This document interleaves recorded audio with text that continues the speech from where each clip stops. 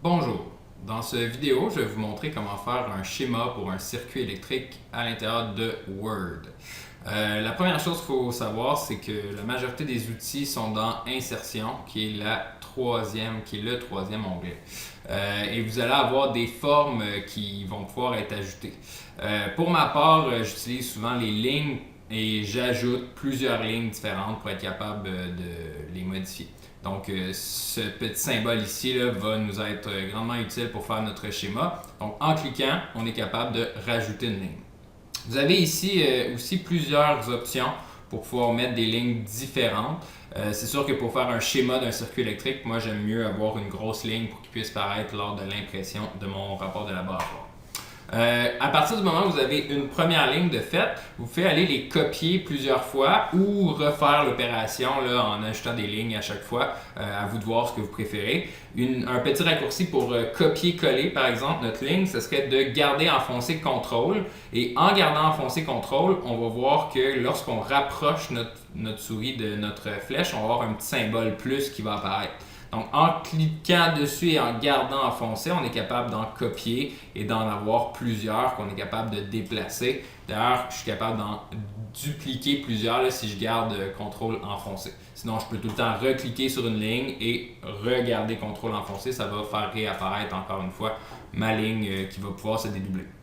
Les deux petits points de chaque côté, c'est vraiment pour pouvoir orienter ou changer la direction de mes lignes. Donc, sachant par exemple que je voudrais faire une source de courant, je pourrais prendre cette petite ligne-là et la faire déplacer pour la mettre au bout de ma première ligne. Je pourrais aussi par la suite reprendre cette ligne et dans le fond la diminuer de grandeur pour faire ma borne négative de ma source de courant.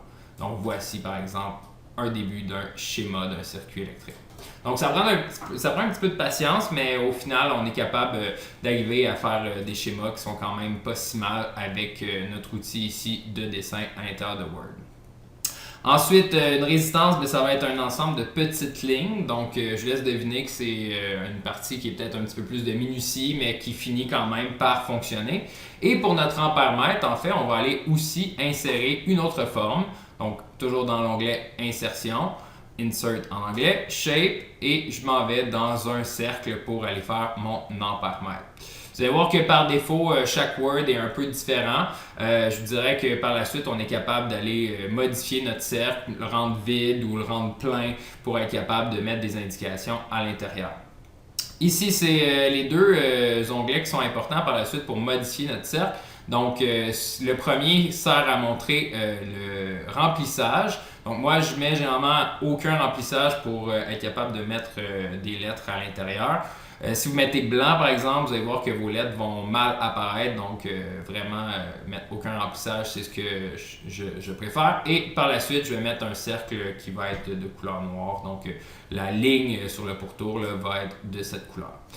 Par la suite, on est aussi capable de rajouter notre lettre à l'intérieur. Ce que moi, j'aime mieux faire, c'est rajouter une boîte de texte. Donc, on est capable de la rajouter quand même assez rapidement. Et comme on l'a fait tantôt, on est capable aussi d'enlever la ligne qui va être autour. Donc, dans cet onglet-là, donc la ligne de pourtour, on est aussi capable de dire aucune ligne de pourtour.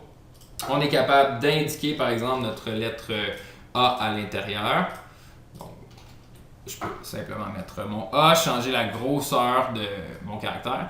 Et si on vient le placer par-dessus, on voit justement qu'on ne va pas avoir quelque chose de beau, on ne voit pas le cercle qui est autour. Dans le fond, le petit truc à faire, c'est d'aller mettre aucun remplissage comme on avait fait tantôt. Comme ça, on est capable de voir le cercle qui était en dessous. Si on le met blanc, comme on l'a vu tantôt, ça va faire disparaître notre petit cercle. Par la suite, on peut compléter en rajoutant nos lignes, faire notre résistor et indiquer quelles sont les modifications qu'on va faire à notre résistor, ce qui va nous donner quelque chose qui ressemble au final à ceci. Donc, on a notre source de courant, notre ampère-mètre, notre résistor et on a finalement remplacé par un résistor 1, un résistor 2 et une ampoule pour le bon fonctionnement de notre laboratoire. En espérant vous avoir aidé.